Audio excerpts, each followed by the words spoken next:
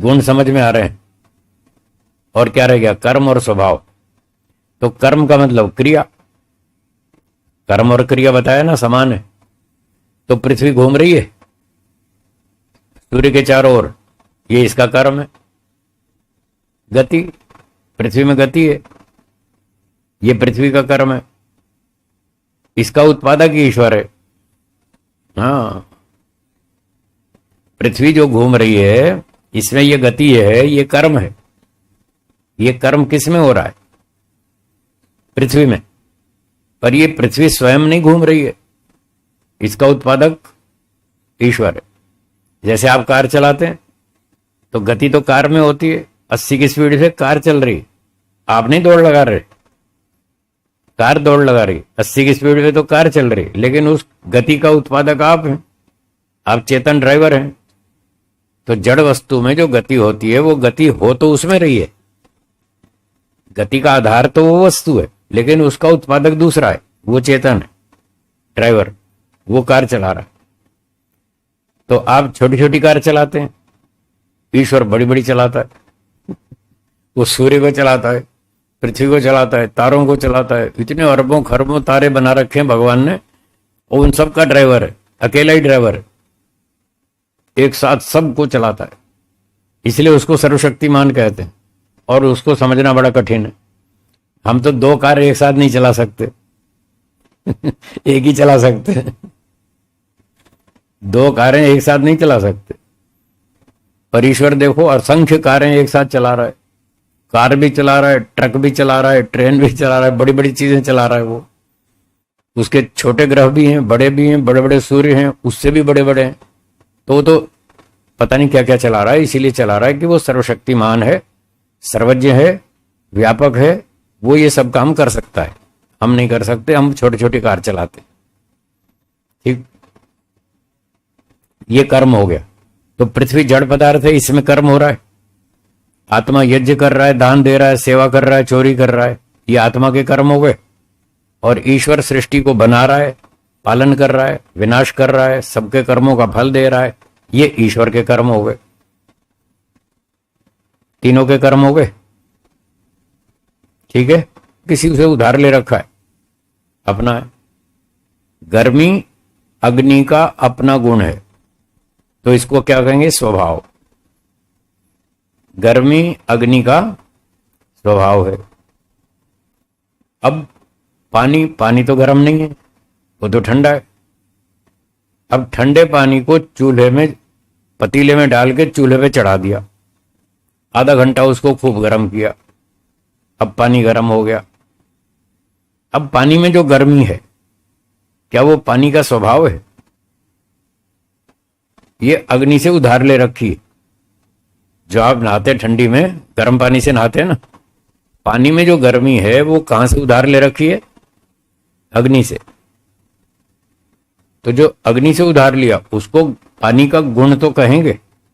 गर्म पानी में गर्मी का गुण है, गर्म पानी में, ठंडे में नहीं है। ठंडे में तो स्वभाव है अपना उसके ठंडक है। पर जब चूल्हे पर पानी को गर्म कर दें तो उस समय गर्मी पानी का गुण तो है, पर उसका स्वभाव नहीं है। स्वभाव तो अग्नि का है, अग्नि का अपना है, पानी ने उधार ले रखा है। तो जो दूसरे पदार्थ से उधार ले ले किसी विशेषता को, उसका नाम है गुण, और जो अपना है वो स्वभाव। गुण और स्वभाव में अंतर आ गया समझ में? ये तो हो गया जड़ वस्तुओं में। अब चेतन आत्मा में, आत्मा में कुछ ज्ञान है, कुछ इच्छा है, कुछ प्रयत्न है। ये दोनों तरह के हैं, स्वभाव से भी हैं और निमित्त से भी हैं। जो बाहर से ले रखा है वो नैमित्तिक, निमित्त मतलब साधन, दूसरा कोई दूसरा कारण। जब कोई अन्य साधन से, अन्य वस्तु से कोई चीज उधार ली जाए उसको बोलेंगे नैमित्तिक। क्या बोलेंगे? अग्नि में गर्मी स्वाभाविक है और पानी में गर्मी नैमित्तिक है, उसने बाहर से ले रखी है। तो इसी तरह से आत्मा में इच्छा है। इच्छाएं 2 तरह की हैं, कुछ तो अपनी इच्छाएं हैं, वो स्वभाव से हैं, उसको बोलेंगे स्वाभाविक इच्छा, जो सदा से है, सदा रहेगी, बाहर से उधार नहीं ली, कभी हटेगी भी नहीं। जो बाहर से आई है वो हट जाएगी, जो अपनी है वो नहीं हटेगी, वो स्वभाव है। तो आत्मा में जो स्वाभाविक इच्छा है वो है मुझे सुख चाहिए। क्या इच्छा है? ये सुख की जो इच्छा है ये स्वाभाविक है, पहले भी थी। आपको पहले भूतकाल में सुख की इच्छा थी, आज है, भविष्य में रहेगी। तो बताओ कहां हटी? ये नहीं हटेगी, तीनों कालों में रहेगी, ये स्वाभाविक है। सुख प्राप्ति की इच्छा स्वाभाविक है। अब एक और इच्छा है जो स्वाभाविक नहीं है, स्वाभाविक कभी नहीं हटेगी।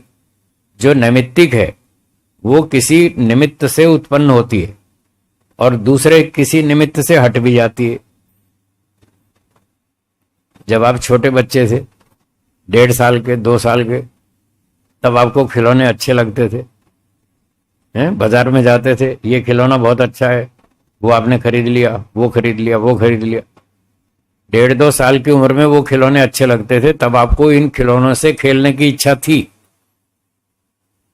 5 साल के हो गए, तब उन खिलौनों से खेलने की इच्छा रही? हट गई ना।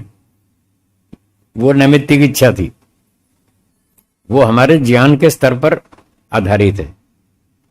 किसी उम्र में हमें किसी वस्तु की इच्छा होती है, उम्र बढ़ती है, ज्ञान का स्तर बढ़ता है, अनुभव बढ़ता है, तो इच्छाएं बदलती रहती।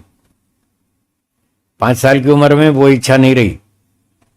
जो 2 साल की उम्र में जिन खिलौनों से आप खेलते थे वो इच्छा अब 5 साल की उम्र में नहीं रही।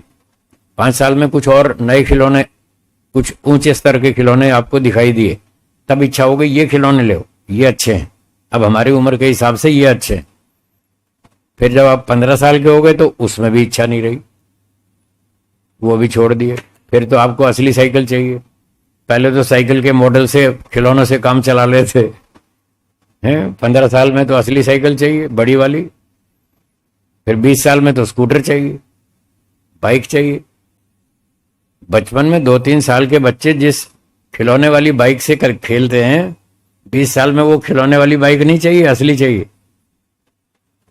बचपन में गुड्डे गुड़ियों से खेलते हैं छोटी उम्र में, अब 20 साल में फिर असली गुड़िया चाहिए, फिर नकली से काम नहीं चलता है। समझ गए? फिर असली वाला। तो इच्छाएं बदलती रहती है ना, उम्र बदलती है, ज्ञान बदलता है, इच्छाएं बदलती हैं, ये सारी नैमित्तिक इच्छाएं। तो इच्छा 2 तरह की हो गई, स्वाभाविक भी और नैमित्तिक भी।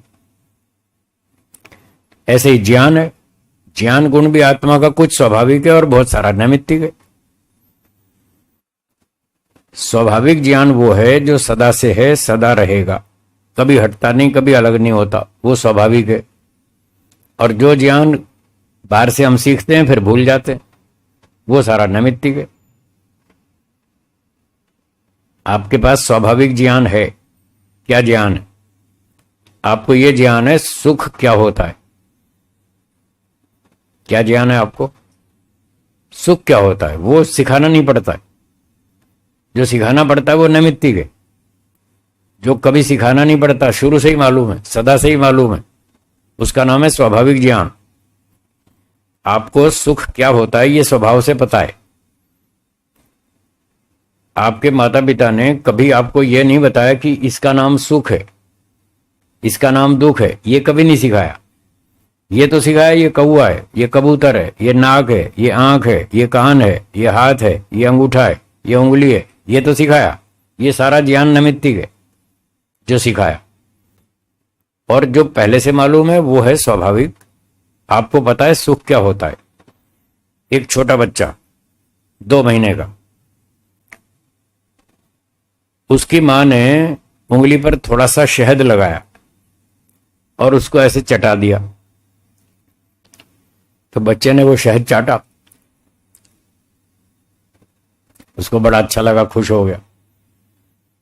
उसको मां ने सिखाया था जब मैं शहद चटाऊं तो ऐसे ऐसे करना, सिखाया था। ये स्वाभाविक ज्ञान। उसको पता है कि हाँ ये अच्छा है, मजा आया, ये अच्छा है, ये सुख है। वो सुख को स्वभाव से जानता है। उसी 2 महीने के बच्चे के मुंह में थोड़ा सा कड़वा करेले का रस डाल दो, फिर देखना क्या क्या रिएक्शन आएगा। ऐसे फेंक देगा उसको। वो कड़वा उसको पसंद नहीं आया, वो स्वभाव से पता है उसको ये दुख है, कड़वा है, अच्छा नहीं है, इसको उलट देगा। और मीठा मीठा खा लेगा, वो अच्छा लगता है, सुख वाला है। तो आत्मा को सुख का भी पता है, दुख का भी पता है, और वो चेतन है, तो कुछ ना कुछ ज्ञान उसमें ये भी है कि हाँ मैं हूं। जैसे ही उसको शरीर, मन, बुद्धि, इंद्रियां, सारे साधन मिल जाते हैं तो वो होश में आ जाता है, और वो ये महसूस करता है मैं हूं, मैं कुछ हूं, मैं देखता हूं, सुनता हूं, समझता हूं।